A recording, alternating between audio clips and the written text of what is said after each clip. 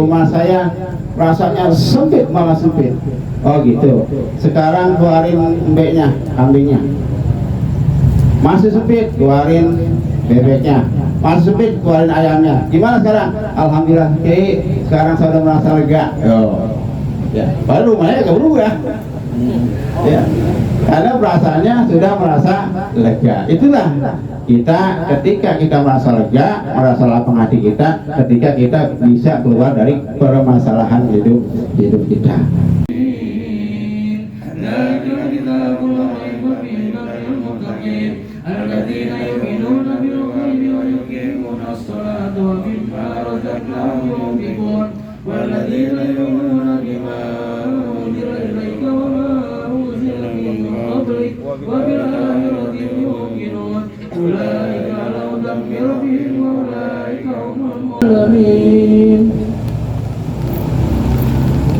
Alhamdulillah, sama-sama kita telah bacaan tahmid dan juga bacaan surah Yasin.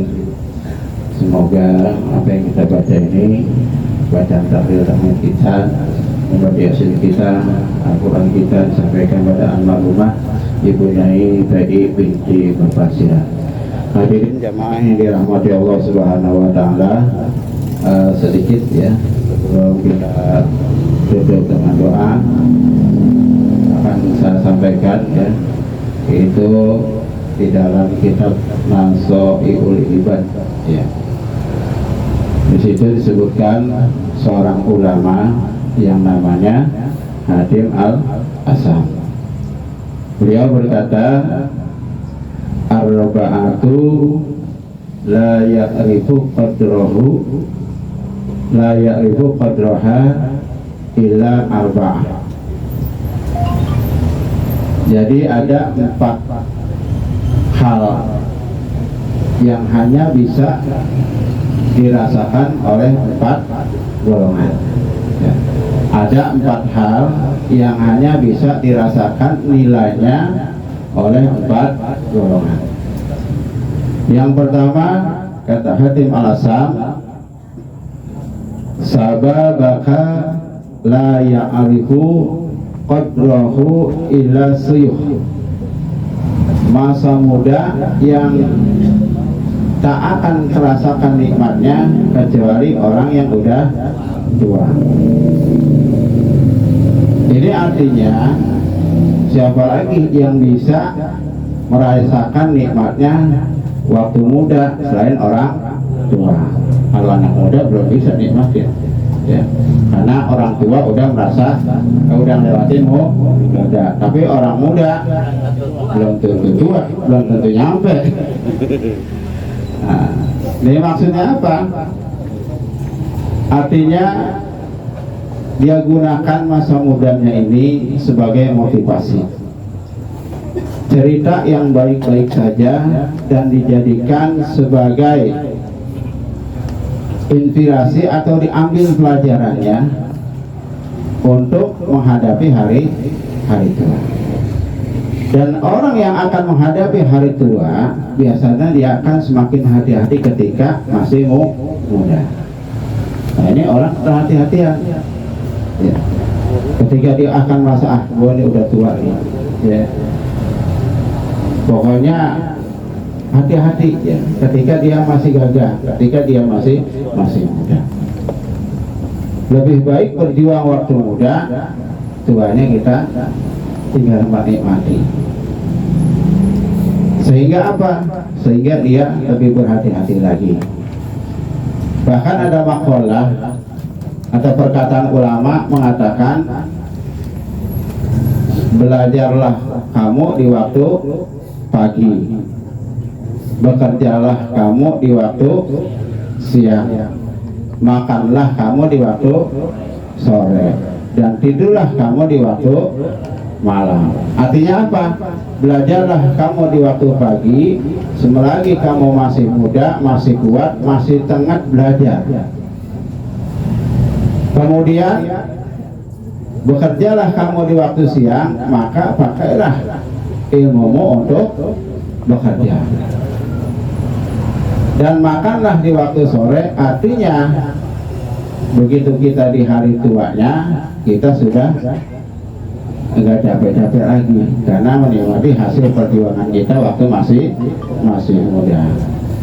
Dan tidurlah kamu di waktu malam, maka ketika kita akan meninggal dunia, kita sudah mengerjakan perintah Allah dan Rasulnya, menjauhi larangannya, maka tidur kita meninggal, kita menghadap Allah dalam keadaan tenang. Sebaliknya kalau waktu muda kita foya-foya, sama kali tidak belajar dan ibadah dan lain sebagainya, maka nanti tuanya juga kita bakal terlunta-lunta, ya, bakal sengsara. Ya, apapun yang kita lakukan, yang kita nikmati pada saat tua nanti, bagaimana upaya kita ketika kita masih muda. Kemudian kata Atim Al-Asam, yang kedua adalah wal afiyata la ya'rifu qadraha illa ahlul bala. Keselamatan takkan rasanya kecuali mereka orang-orang yang terkena musibah. Perasaan lega dapat kita rasakan ketika kita menemui jalan keluar dari suatu permasalahan hidup. Benar enggak? Kita kesusahan ekonomi, ada kesusahan urusan. Begitu kita ketemu jalan keluar, kita merasa lega. Lega itu adanya di hati. Ada satu cerita, ya, seorang santri pergi ke rumah gurunya, ke rumah kiainya. Pak Kiai, kok rumah saya sempit? Dikatakan pada Kiai, itu sempit perasaan kamu saja. Benar Kiai, saya pengen punya rumah lega, biar saya bisa merasa lega. Akhirnya kata kiainya, coba kamu peraya ayam. Di mana Kiai? Di rumah kamu. Lalu dia turutin kata kiainya, peraya ayam tuh taruh di dalam. Nggak banyak ayamnya, 10 ekor. Kemudian dia merasa, lah kok malah sempit. Kemudian dia ke rumah Kiai lagi. Kiai, saya pengen lega rumah saya, kan udah peraya ayam, masih kerasa sempit. Peraya lagi bebek, entok peraya. Nah, peraya lagi 10 ekor. Kemudian dia masih merasa sempit. Kemudian ke rumah Kiai lagi, masih sempit. Kata Kiai apa? Coba kamu pelihara kambing. Berapa? 10 lagi. Akhirnya rumahnya dipenuhi ayam, bebek, sama kambing. Wah, ini Kiai ngerjain gua katanya. Ya, akhirnya ke rumah Kiai lagi, katakan Pak Kiai, rumah saya rasanya sempit, malah sempit. Oh gitu. Sekarang keluarin embeknya, kambingnya. Masih sempit, keluarin bebeknya. Masih sempit, keluarin ayamnya. Gimana sekarang? Alhamdulillah Kiai, sekarang saya sudah merasa lega. Ya, baru rumahnya gak berubah. Ya, karena perasaannya sudah merasa lega. Itulah kita ketika kita merasa lega, merasa lapang hati kita, ketika kita bisa keluar dari permasalahan hidup kita. Kita biasa hidup sulit, ketemu sulit, udah biasa. Tapi begitu biasa hidup sulit, ketemu kenikmatan, ketemu hal-hal yang enak, lah kita merasa senang. Ibarat kita biasa makan tempe tahu, ketemu makan kambing doyan. Kita seperti santri biasa tidur di ubin, ya. Suatu saat dibawa ke hotel, tidur di kasur empuk, ulas. Ya. Itu kita merasa lega karena apa? Karena kita udah terbiasa. Begitu juga, ya, ketika kita sudah berjuang, ya, kita mencari uang sungsang sumbel pagi sore siang malam banting tulang, pala jadi kaki, kaki jadi pala, ya nyungsep dah, ya, dikasih ketemu kita hasil kita nggak banyak, jumlahnya sedikit, tapi senangnya luar biasa karena kita sudah mulai perjuangan yang susah. Sama seperti kemarin kita melaksanakan namanya kemerdekaan RI, kita senang. Walaupun cuma makan kerupuk, panjat pisang, apalagi makan kelereng, lomba kelereng, masukin jarum ke benang, masukin benang ke jarum, itu senang. Kenapa? Karena bangsa kita dalam meraih kemerdekaan tidak diberi, bukan dikasih begitu aja, tapi melalui perjuangan yang sangat panjang, tetes darah, air mata, keluarga, harta, dan semuanya dikorbankan demi meraih kemerdekaan. Beda kalau kita dapat sesuatu tidak melalui perjuangan yang panjang, perjuangan yang mudah, itu rasanya biasa-biasa aja. Gue biasa aja. Coba aja, masing-masing kita ini berbeda-beda. Dapat duit 10.000, beda-beda rasanya. Ada yang biasa aja, ada yang alhamdulillah, ada yang sudah syukur dapat 10.000. Itu tergantung orangnya. Tuh. Ya, jadi kenikmatan itu hanya dapat dirasakan ketika dia kena musibah. Kemudian yang ketiga, wasihata la ya'rifu qadraha illal mardo.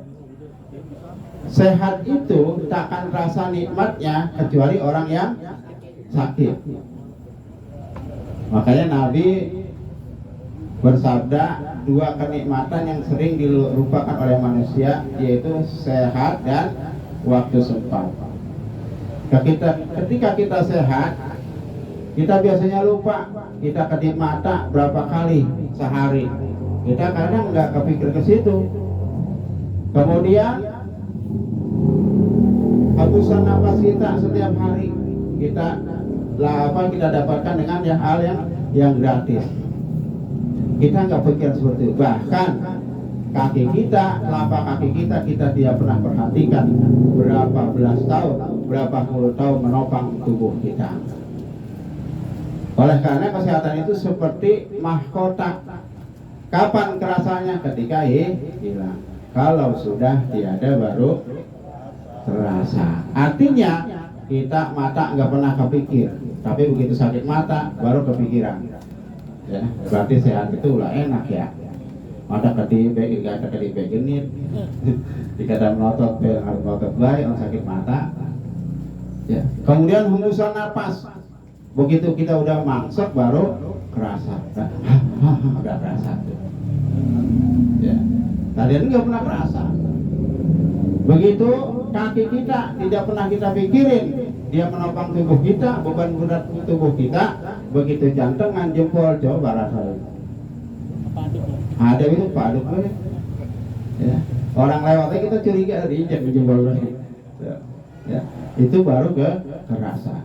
Orang ketika sehat dia pengennya banyak, pengen makan yang enak, pengen minum yang enak, pengen jalan ke sini, pengen jalan ke sono, pengen punya ini, pengen punya itu. Tapi orang sakit kepengennya satu, sehat. Tuh. Nah yang keempat, wal hayata la ya'rifu qadraha ilal maut. Kehidupan, orang hidup tidak akan terasa nikmatnya kecuali bagi mereka yang sudah mati. Ya. Jadi bahkan ketika orang udah ditenggorokan, akan dicabut nyawanya, dia minta pada Allah, Rabbi laula akhartani ila ajalin qarib. Ya Allah, kenapa engkau enggak tangguhkan kematianku walaupun sesaat? Untuk apa? Fa asaddaqu aku minas sholihin. Aku ingin kerjakan suatu saat itu dengan buat sedekah dan beramal soleh. Tapi apa kata Allah pada ayat selanjutnya? Wala yu'akhirullahu nafsan idza jaa ajaluha wallahu khabirum bima ta'malun. Sesungguhnya Allah tidak pernah mengakhirkan kematian seorang apabila sudah ajalnya. Sesungguhnya Allah mengetahui segala apa yang kau kerjakan. Jadi kematian itu tidak pernah permisi. Kita tidak pernah tahu kapan, di mana, dan sedang apa. Harapan kita berakhir dengan keadaan baik, husnul khotimah.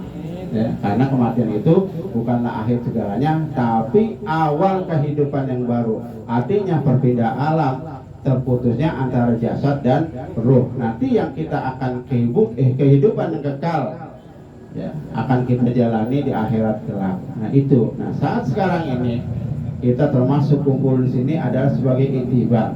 Kematian seseorang adalah suatu nasihat Ada nasihat secara lisan tersurat dan ada nasihat tersirat, artinya dengan keadaan alam. Salah satunya adalah kullu nafsin dha'iqatul maut. Kematian itu udah pasti, mau nggak mau, suka nggak suka, kita pasti menemuinya. Entah kapan itu masih misteri. Boleh jadi yang tua duluan, muda belakangan, atau yang muda belakangan, yang tua duluan. Ya. Jadi nggak bisa ya, kematian itu malaikat Israel itu nggak pernah salah cabut, nggak tergopoh-gopoh mencabut salah alamat, nggak pernah malaikat Israel cabut nyawa pakai abjad. Kasihan dari A, kalau saya mah S, jauh dikit.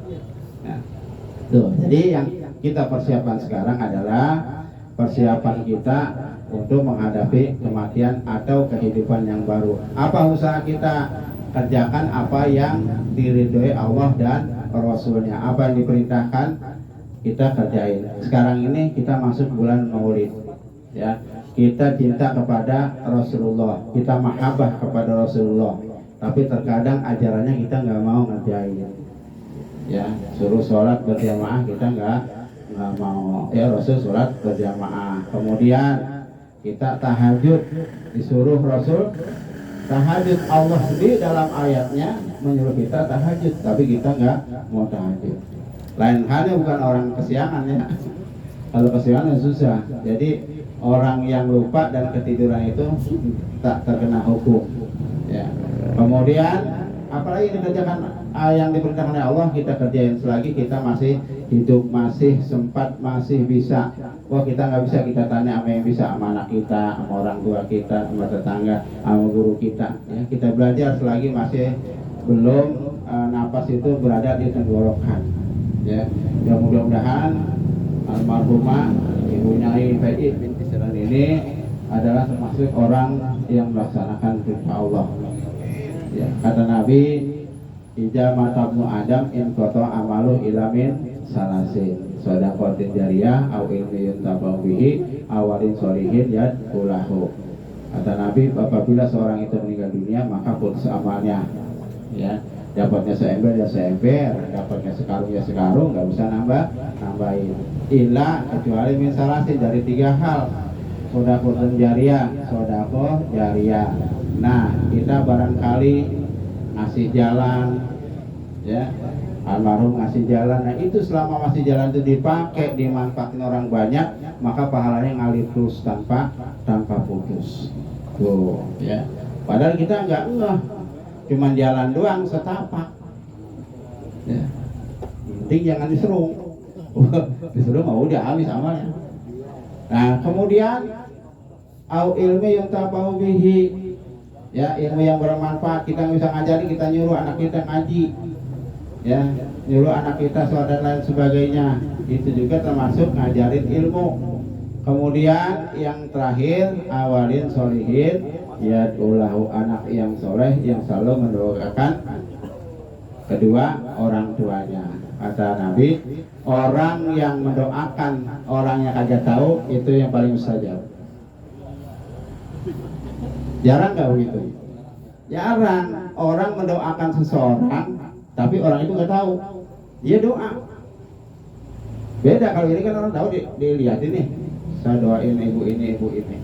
Tapi ketika seorang anak sholat, setelah sholat dia doa, Robbi firli wali walidaya warhamhuma kama robbayani shoghiran. Itu ibunya tahu nggak? Nggak tahu. Itu ada disebut awalin solihin yad ulahu. Itu seorang anak yang soleh yang selalu mendoakan kedua orang tuanya. Itu sangat bahagia kedua orang tuanya. Ya. Saat ini almarhumah sedang keadaan terasing, ya, sendiri, ibarat sedang di ada tengah lautan. Apa yang dia inginkan bukan harta, bukan emas, bukan uang, tapi doa dari doa dari anaknya yang soleh. Ya, walaupun hanya bacaan Al-Fatihah itu akan sampai ke almarhumah. ya. Karena suatu ketika Rasulullah SAW didatangi sama pemuda, wahai Rasulullah, sungguhnya ibuku telah meninggal dunia, dan ketika dia masih hidup dia suka sedekah. Seandainya saat ini aku berdoa atau bersedekah kepadanya, apakah nyampe? Kata Nabi, na'am, ya. Ya, itu kita dikumpulin sini, kita berdoa bersama ya buat almarhumah. Pun ada amal jariah beliau, yaitu sedekah seperti ini, pisang apa tuh, apem, yang lain sebagainya. Ya, itu juga diniatkan untuk almarhum. Jangan kita tolak, kasihan. Ya, orang mau sedekah kok ditolak. Gitu ya. Mudah-mudahan walaupun sedikit ini dapat bermanfaat buat kita semua, dan kedepannya menambah daripada keimanan kita kepada Allah Subhanahu wa taala, mahabbah kita kepada Rasulullah sallallahu alaihi wasallam. Kerjakan sebelum terlambat. Untuk itu sama-sama kita berdoa, mudah-mudahan almarhumah ibunya IPI binti Siran senantiasa mendapatkan rahmat dari Allah Subhanahu wa taala.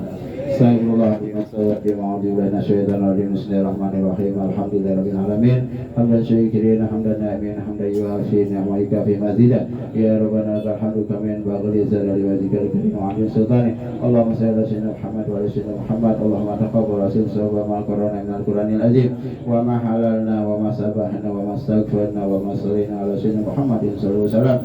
Hadiyatan wa siratan rahmatan nadira barakatan samira ila hadatin habibina sabina qawlina Muhammadin sallallahu alaihi wasallam wa ila hadatin ikhwanina al-ansari wa awliya salina sahabati wa tabi'in wal ulamil amilin wal musannifin al-mukhlisin wa jamil mujahidin fi sabilillah rabbil alamin wal malaikatil muqarrabin sayyidina syahidul qadir wa sunnah wa jami'al qubur minal muslimin wal muslimat wal mu'minin wal mu'minat al-ahya'i minhum wal amwat mimma salika ila maghrib ya bahri wa bahri wa sanabana wa umatina wa adana wa jadadina wa nahusu khususan almarhumah ibnu binti Siran, almarhum Bapak P. bin Giling, almarhumah Ibu Atik Suhanda binti Suhanda, almarhum Bapak Siran bin Hasan, almarhum Bapak Pisang bin Kanim, almarhumah Ibu Sana binti Pitang, almarhumah Ibu Sani binti Hosen, almarhum Sofian bin Kanim, almarhum Bapak Hosen bin Turan, almarhumah Tina binti Pitang, almarhumah Rimi binti Rimin, almarhum Bapak Mus Junaidi bin Abah Junaidi. Allahumma qfir lahum warhamhum wa'afihim wa'afunhum. Allahumma la tahrimna azrahum wa la tatina ba'dahum wa'afirna wa lahum wa likhawalina sabaquna bil iman wa la taj'al fi qulubina ghillan lil ladzina amanu rabbana innaka ra'ufur rahim. Allahumma di rahmatan wal maghfirah ala ahli kubur min ahli la ilaha illallah Muhammadur Rasulullah sallallahu alaihi wasallam. Allahumma arina al-haqqa haqqan wa tibaa wa arina al-batila batila wa jinastina wa Allahumma innaka afuwwun karim tuhibbul afwa fa'fu 'anna karim. Allahumma inna nas'aluka salamatan fid din wa afiyatan fil jasad wa ziyadatan fil ilmi wa barakatan fil rizqi wa tawbatan qabla al-maut wa rahmatan indal maut wa maghfiratan ba'da al-maut. Allahumma hafidhna ya Allah fi sakaratil maut wa najatan minan nar wa afiyatan lisab. Rabbana la tuzigh qulubana ba'da idh hadaytana wa hab lana min ladunka rahmatan innaka antal wahhab. Rabbana taqabbalna innaka antas samiul alim wa tub 'alaina innaka antat tawwabur rahim. Rabbana atina fid dunya hasanah wa fil akhirati hasanah wa qina adzabannar wadkhilna jannata ma'al abrar ya aziz ya ghafar ya rabbal alamin. Sallallahu alaihi wasallam Muhammadin wa ala alihi wasallam. Subhana rabbika rabbil izzati amma yasifun wa salamun ala mursalin walhamdulillahi rabbil alamin. Sirrul Fatihah. A'udzu billahi minasyaitonir rajim. Bismillahirrahmanirrahim. Alhamdulillahi rabbil alamin arrahmanir rahim maliki yaumiddin. Iyyaka na'budu wa iyyaka nasta'in ihdinas siratal mustaqim siratal ladzina an'amta 'alaihim ghairil maghdubi 'alaihim waladdallin amin. Wa'fu 'anna ya karim irhamna ya arhamar rahimin irhamna ya arhamar rahimin ir'ahna ya arhamar rahimin birahmatika ya wasi'. Allahumma bihaqil Fatihah bisiril Fatihah wa bisabatil Fatihah wa bimuzizatil Fatihah iftah lana abwabal khair abwab barakah abwab sihah abwab rizki abwab quwwah abwab salam fid dini wa dunya wal akhirah ya farijal ham ya kasifal gham ya mali abdi ya birham dawam biha Allahumma tahiyatu ya salam wa akhiru da'wahum alhamdulillahi rabbil alamin. Kami atas nama keluarga dari almarhumah ibunya Binti Siran sekali lagi mengucapkan jazakallahu khairan, terima kasih atas kehadirannya dan juga doanya semuanya dari hari pertama hingga hari akhir. Mudah-mudahan dibandingkan pahala berlipat ganda dan menjadi catatan ibadah si Allah Subhanahu Wa Taala. Dan kami juga mohon maaf apabila segala sesuatunya banyak kekurangan, dan saya yang memimpin di sini semuanya serba salah dan sebagainya. Sekali lagi mohon dibuka pintu maaf yang seluas-luasnya. Akhir kata bila taufiq wal hidayah. Assalamualaikum warahmatullahi wabarakatuh.